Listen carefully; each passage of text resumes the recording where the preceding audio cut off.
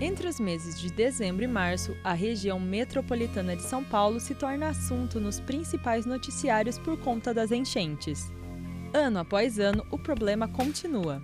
A água da chuva toma conta de avenidas, casas, comércios, estações de trem e bairros inteiros são afetados.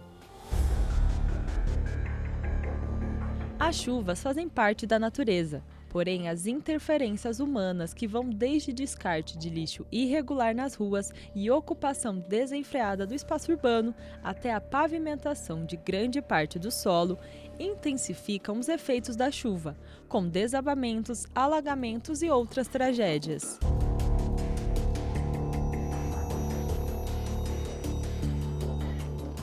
Alguns rios que cruzam a capital paulista já não têm a aparência natural de um rio, ficando quase irreconhecíveis. Isso acontece, por exemplo, com o rio Tamanduateí, que foi drenado e canalizado no meio da cidade e se tornou parte de um sistema de macrodrenagem com piscinões de apoio. E antes da água chegar nessa tubulação, nos piscinões e no rio em si, ela é escoada por bueiros. A água superficial ela não vem mais direto para o rio, ela não encontra mais uma vegetação de fitodepuração, uma vegetação filtrante. Ela encontra um bueiro. Aí encontrou o bueiro, ela entra na canalização e vai direto para um tubo maior, que seria o rio canalizado. Esse rio canalizado não tem mais contato com o lençol freático, então ele não enche e esvazia. Ele é uma tubulação, ele é uma macrodrenagem. A cada ano, o poder público enfrenta o problema trazendo mudanças no planejamento urbano da cidade e adotando medidas preventivas de curto e longo prazo para tentar minimizar esse cenário. É o caso da construção de piscinões, por exemplo.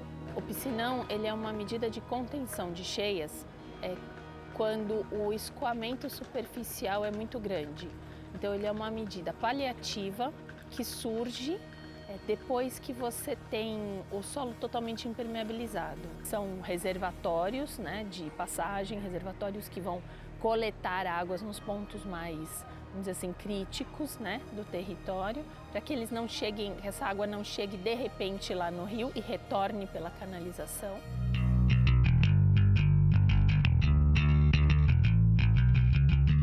Mas enfrentar as enchentes não é uma tarefa simples. A ocupação irregular e desordenada do espaço geográfico em volta dos rios, junto com o asfaltamento da cidade, diminui a permeabilidade do solo. E os sistemas de drenagem, como os bueiros, e os de contenção, como os piscinões, não são suficientes para drenar a água. Com isso, cada rio recebe uma grande quantidade de água que vem da superfície, o que favorece as inundações. Existem planos de macrodrenagem para o escoamento das águas. No entanto, eles são baseados na quantidade de água que você tem para escoar, quanta água você precisa encaminhar até o rio. Se há uma urbanização com uma impermeabilização do solo maior do que o permitido, ou em grandes extensões, de forma que a água não penetre no solo, essa quantidade de água aumenta. O ideal seria que as planícies de inundação estivessem desocupadas e permeáveis e com vegetação de várzea, que são vegetações macrófitas, que são biofiltrantes. Vale lembrar que todo rio tem um regime de cheias, e as cheias acabam sendo intensificadas pela impermeabilidade do solo e pela ocupação nas várzeas do rio. Porque se a água não tem por onde escoar naturalmente e penetrar na superfície, ela vai sobrecarregar os bueiros e canais, chegando rapidamente aos rios e provocando as enchentes.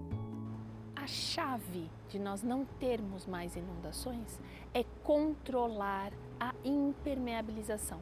É a lei de uso e ocupação do solo que deve controlar as taxas de permeabilidade do solo em áreas onde esse solo é arenoso e essa terra tem condições de absorver a água e levar até o lençol freático. Para ficar claro, quando falamos em permeabilidade do solo, ocupação urbana e piscinões, é bom fazer uma comparação entre os rios Pacaembu, próximo à região central de São Paulo, e Aricanduva, localizado na região leste. Existe um piscinão aqui embaixo da Praça Charles Miller, em frente ao estádio do Pacaembu, onde o rio Pacaembu está canalizado. Esse piscinão foi construído na década de 90 e resolveu a situação da região, que nunca mais inundou. Já o Aricanduva tem 8 piscinas e um piscinão, e as enchentes continuam acontecendo.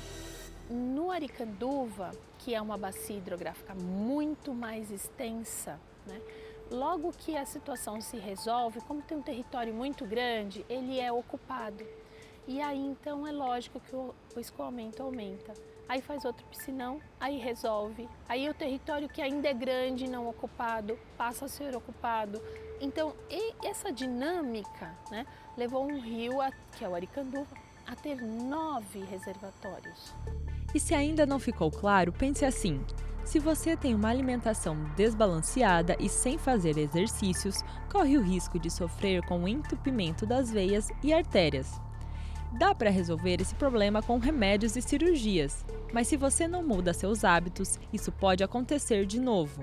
Em uma cidade como São Paulo, totalmente asfaltada, a manutenção de praças e jardins que absorvam água superficial é essencial para a manutenção de um ciclo hidrológico equilibrado.